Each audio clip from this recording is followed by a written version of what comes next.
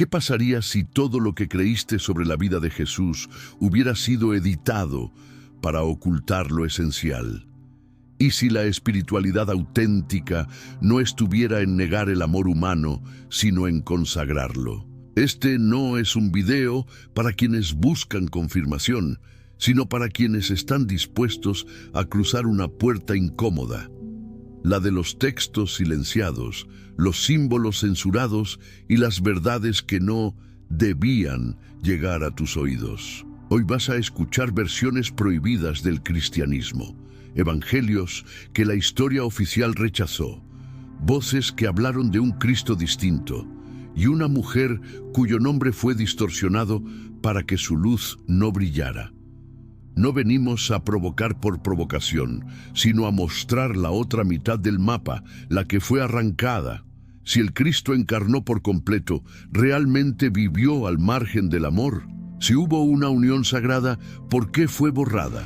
Esta es una investigación narrativa, simbólica y espiritual, contada sin concesiones. Mantente cerca. Lo que vas a escuchar puede trastocar tu fe o profundizarla, porque tal vez lo sagrado no exige renuncia al cuerpo, sino su transfiguración. Listo para mirar el origen antes de que lo oficial lo volviera único. Entonces, empecemos por la historia que no se cuenta. Los primeros siglos del cristianismo no fueron homogéneos. Fueron un mercado de ideas donde competían evangelios, cartas, apocalipsis, himnos y diálogos. Alejandría no oraba igual que Antioquía. Roma no enseñaba lo mismo que las comunidades de Siria. La imagen de un cristianismo monolítico es invención posterior. El comienzo real fue una polifonía intensa, donde la pregunta central no era solo quién fue Jesús, sino qué tipo de experiencia espiritual inauguró. El llamado canon no cayó del cielo, se definió entre los siglos II y IV, en medio de debates teológicos y tensiones políticas.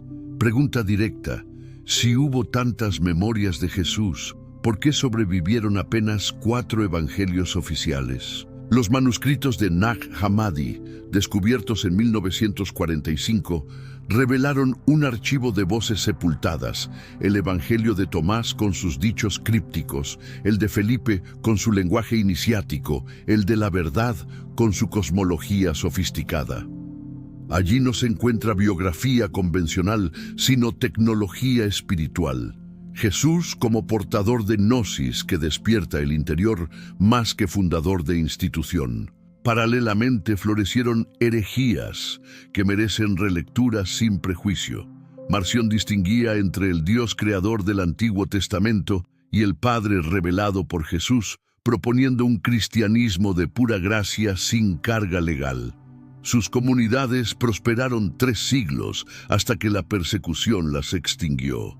¿Qué se perdió al silenciar esa voz? El Evangelio de Judas invierte completamente el papel del traidor. Lo imagina como único discípulo que comprendió el misterio.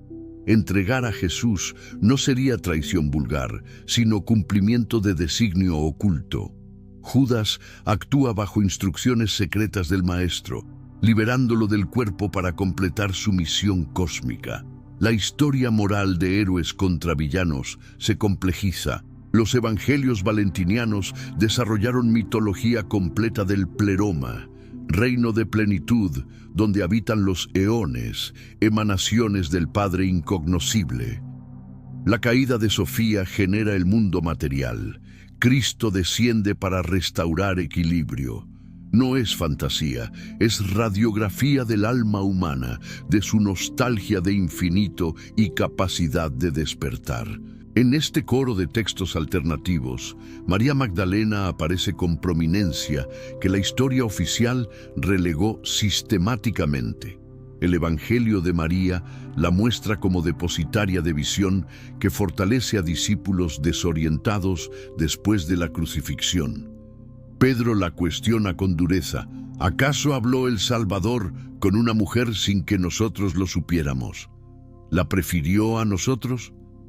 Y Leví la defiende: si el Salvador la hizo digna, ¿quién eres tú para rechazarla?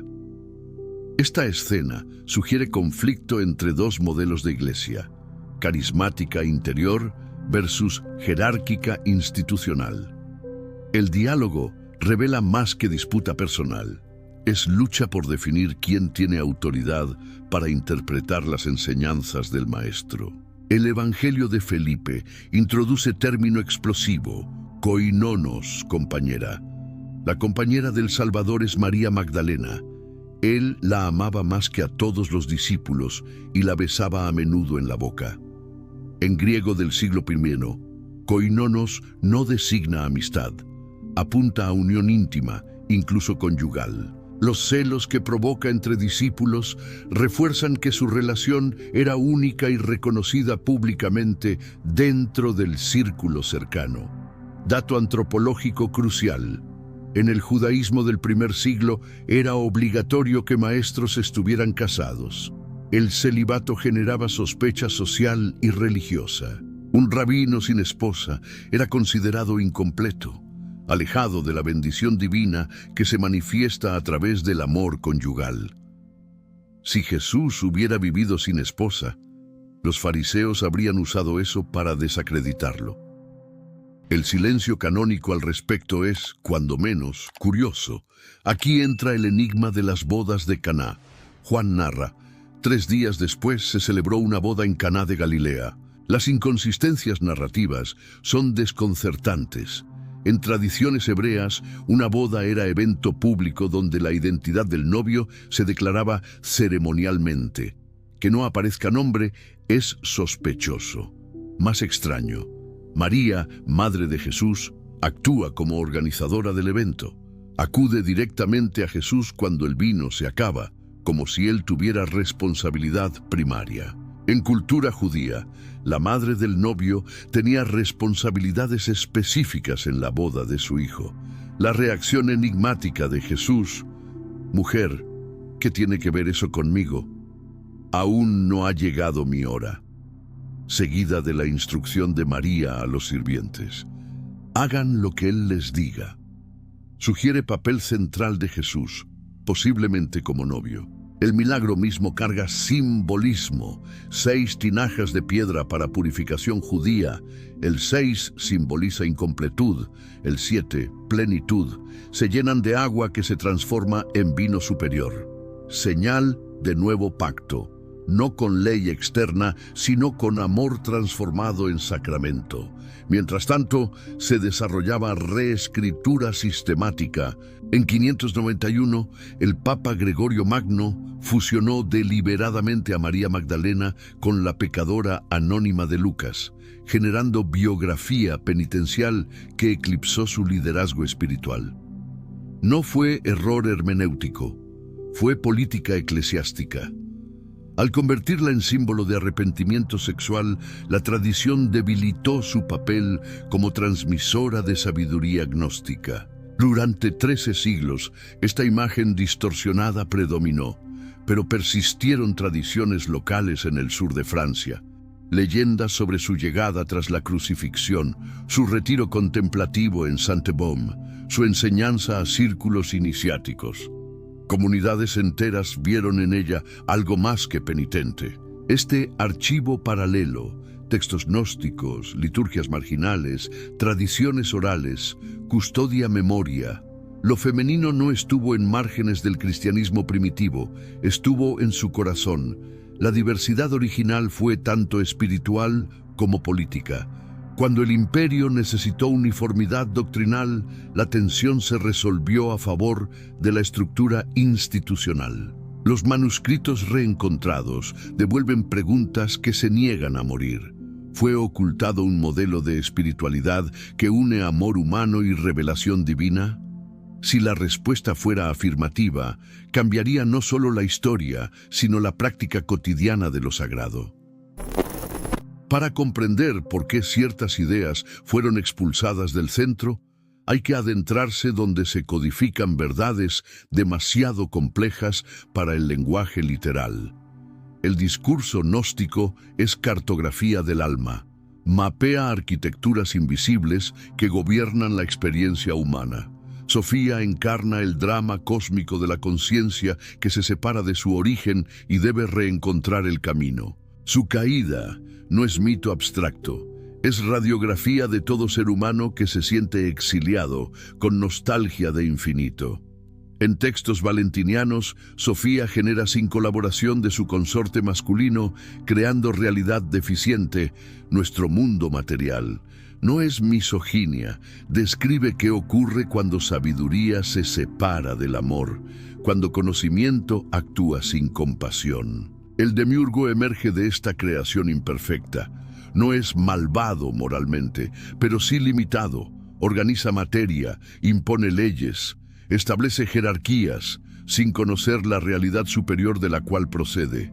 Se proclama único Dios y exige adoración exclusiva, pero desconoce al verdadero Padre incognoscible del pleroma, la plenitud divina. Esta cosmología describe estructuras de poder que confunden forma con contenido, administración con vida, control con divinidad. Reconoce el patrón, la vida gobernada por un Dios mudo, de trámites, que exige obediencia pero no ofrece presencia. Si el silencio en tu oración no es ausencia divina, sino rechazo inconsciente a adorar el ídolo equivocado, entonces la religión que te enseñaron puede ser culto al demiurgo, al poder, la forma, la ley, no al Padre que habita en lo profundo. El Logos, Cristo, desciende como medicina cósmica, recordar a Sofía su origen, reunir lo disperso, sanar separación entre lo divino y humano. No viene a fundar institución más, sino a despertar gnosis, conocimiento directo de la propia naturaleza divina. Su misión, no crear dependientes, sino liberar hijos conscientes. Surge el giro más provocador, la invitación a desobedecer al falso Dios para escuchar la voz interior.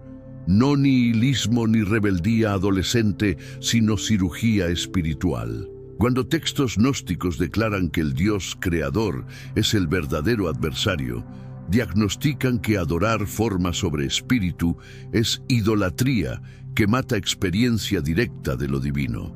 Judas, en este marco, empuja transición necesaria. Su traición activa el misterio pascual. A veces lo que parece derrota es portal. El Evangelio de Judas sugiere que actuó bajo instrucciones secretas, siendo el único que comprendió la necesidad de liberar a Jesús del cuerpo para completar su revelación. María Magdalena porta la chispa de Sofía, sabiduría encarnada que no olvidó su origen, amor que comprende sin juzgar, presencia fiel en umbrales oscuros. Su relación con Jesús representa danza cósmica del Logos con Sofía, lo masculino y femenino divinos reconciliándose en historia concreta. No romanticismo, metafísica vivida, unión de polos opuestos como condición para ver el reino dentro de ti.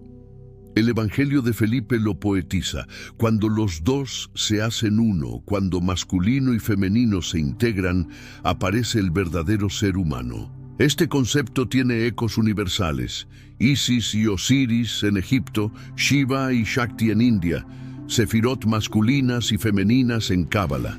Siempre la unión de polaridades dentro de cada ser y entre dos seres, como vía hacia plenitud espiritual. Aquí la revelación que invierte valores establecidos. Tal vez el Dios, adorado como legislador puro, no es el último. Tal vez el pecado del cuerpo fue construcción política. Tal vez la santidad auténtica no es abstención, sino integración consciente. El enemigo no sería el deseo, sino su captura por estructuras que lo distorsionan en lugar de transformarlo. El Santo Grial en esta cartografía no es copa de metal perdida. Es símbolo del vientre consagrado, receptáculo donde la palabra se hace vida. Su búsqueda es alquimia interior, hallar en cuerpo, relación y escucha la matriz que gesta presencia divina en el mundo. Para iniciados, el auténtico Grial fue el vientre de María Magdalena. Literalmente si llevó descendencia de Jesús. Simbólicamente, como portadora de su linaje espiritual. El arte renacentista se revela como mensaje cifrado: espacios en B, ausencia del cáliz en la última cena de Leonardo, duplicidades andróginas. No prueban biografía específica, pero confiesan intuición transmitida durante siglos. El secreto no estaba perdido, estaba velado. Cuando escuelas gnósticas declararon que el Dios creador era el adversario, no promovían nihilismo. Diagnosticaban que adorar estructura sobre vida mata experiencia directa. La salvación no es cambiar de jaula religiosa, sino recordar el origen, despertar del sueño de separación. El Cristo gnóstico no funda burocracia eclesiástica, sino rompe hipnosis colectiva. El reino que buscáis afuera ya está dentro. María Magdalena muestra que el camino no es solo de solitarios, sino de alianzas sagradas que unifican polos de la existencia. Si la unión Jesús-Magdalena simboliza matrimonio cósmico entre Logos y Sofía, entonces las bodas de Caná no fueron solo milagro social, fueron proclamación inaugural, el amor humano consagrado como liturgia auténtica, el agua ritual transformada en vino de nueva alianza. Este simbolismo persiste en tradiciones que veneraron a Magdalena como portadora del secreto. Cátaros, templarios, rosacruces vieron en ella no solo compañera de Jesús, sino su igual espiritual. La línea de sangre real, sangreal, convertido en sangrial, habla de herencia que trasciende genética, descendencia de conciencia.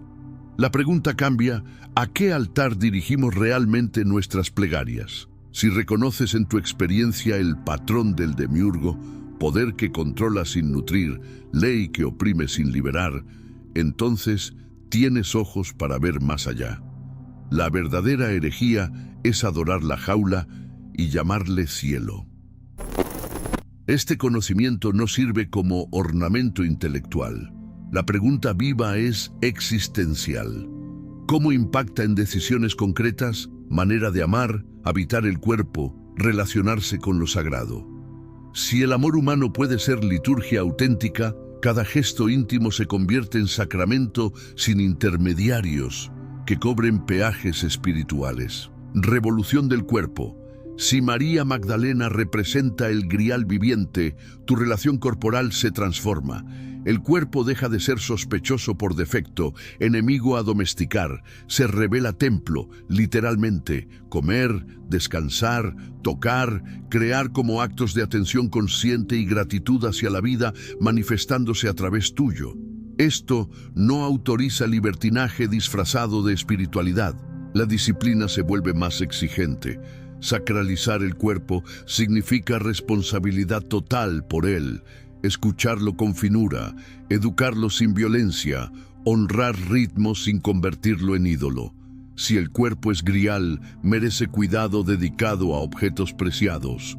No represión, sino refinamiento. No negación, sino transformación consciente. Pareja y vínculos se radicalizan. Si lo sagrado se manifiesta en alianza entre dos seres, la ética del amor exige más que sentimiento intenso o compatibilidad cómoda. Se requiere pacto de verdad, delicadeza y fuego, ternura y exigencia mutua de crecimiento. La unión masculino-femenino, dentro de cada persona y entre dos, pide trabajo alquímico. Reconocer sombras sin proyectarlas, sanar polaridades neuróticas, convertir reacción automática en respuesta amorosa.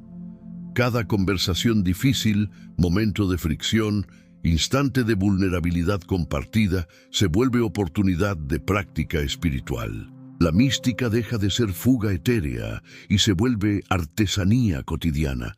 Diálogo que busca comprensión real, silencio que permite escucha mutua, proyecto común que trasciende egos individuales, reparación humilde cuando se daña confianza.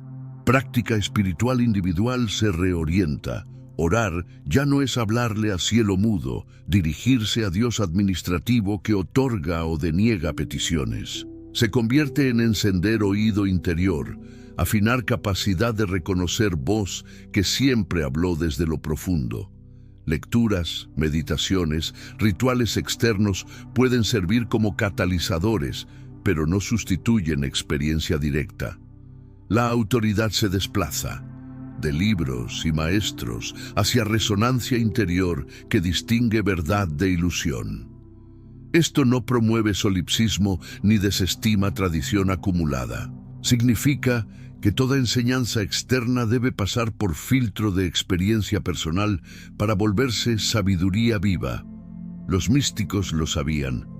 Lo que no se verifica interiormente permanece como información, no transformación.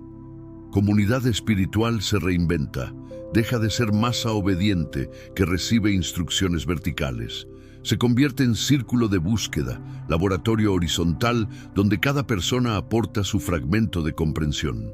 Pocos despiertan realmente, no por elitismo, sino porque despertar implica renunciar a comodidad del rebaño, asumir responsabilidad individual por la propia relación con lo divino.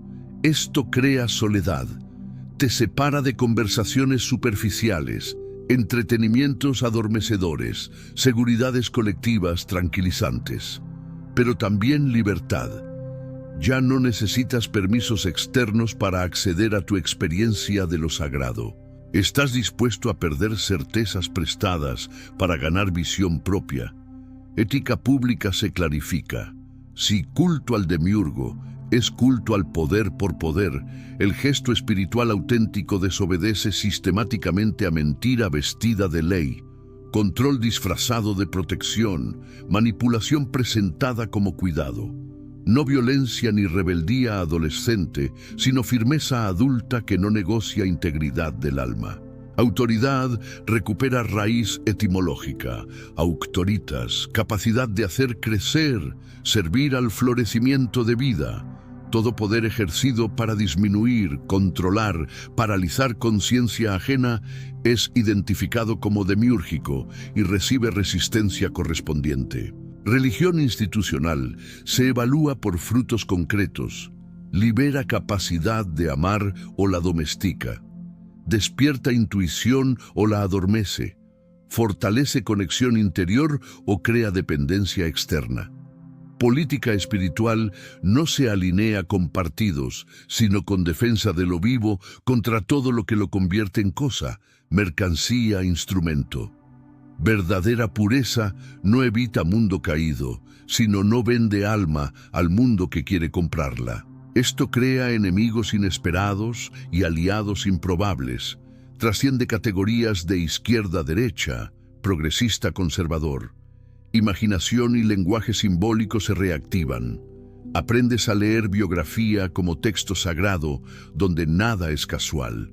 Sueños recordados y olvidados, sincronicidades atribuidas a coincidencia, belleza que aparece sin cálculo, arte que conmueve sin razón, se revelan como lenguajes de la fuente intentando comunicarse.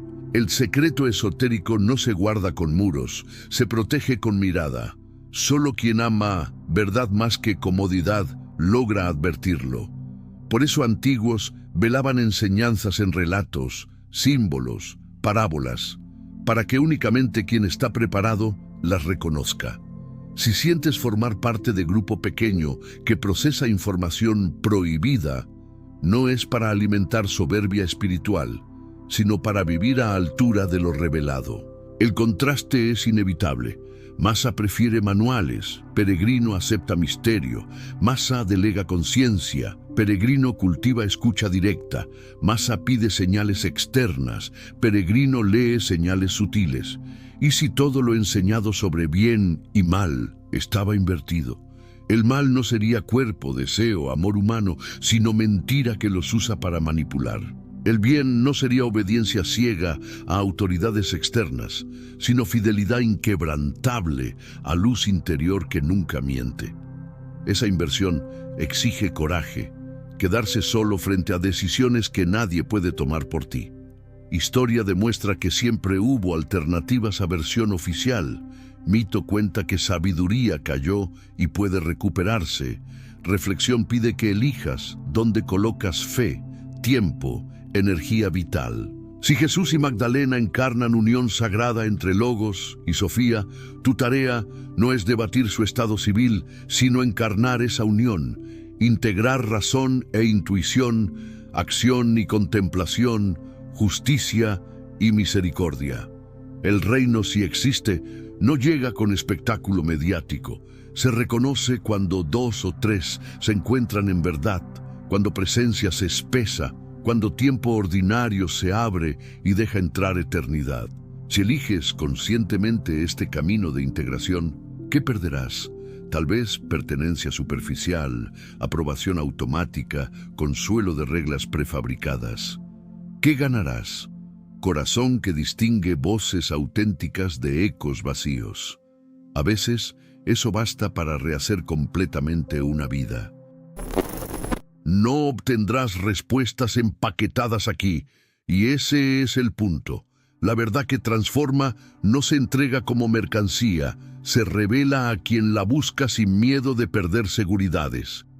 Has visto que el cristianismo no nació único, que hubo voces silenciadas, que la unión entre amor humano y revelación pudo ser el corazón del misterio, no su obstáculo. ¿Has sentido que los símbolos aún hablan, que el grial tal vez no sea objeto perdido, sino forma de gestar presencia en lo cotidiano? Si este umbral se abrió, no lo cierres con prisa. Permite que la herida intelectual siga respirando. Y si lo sagrado no es negación, sino consagración, y si la verdadera herejía fue olvidar el rostro femenino de la sabiduría y la alianza que sostiene todo, no necesitas creerlo, necesitas mirarlo sin filtros, con valentía de quien sospecha que la historia oficial es apenas una capa sobre algo más vasto y luminoso.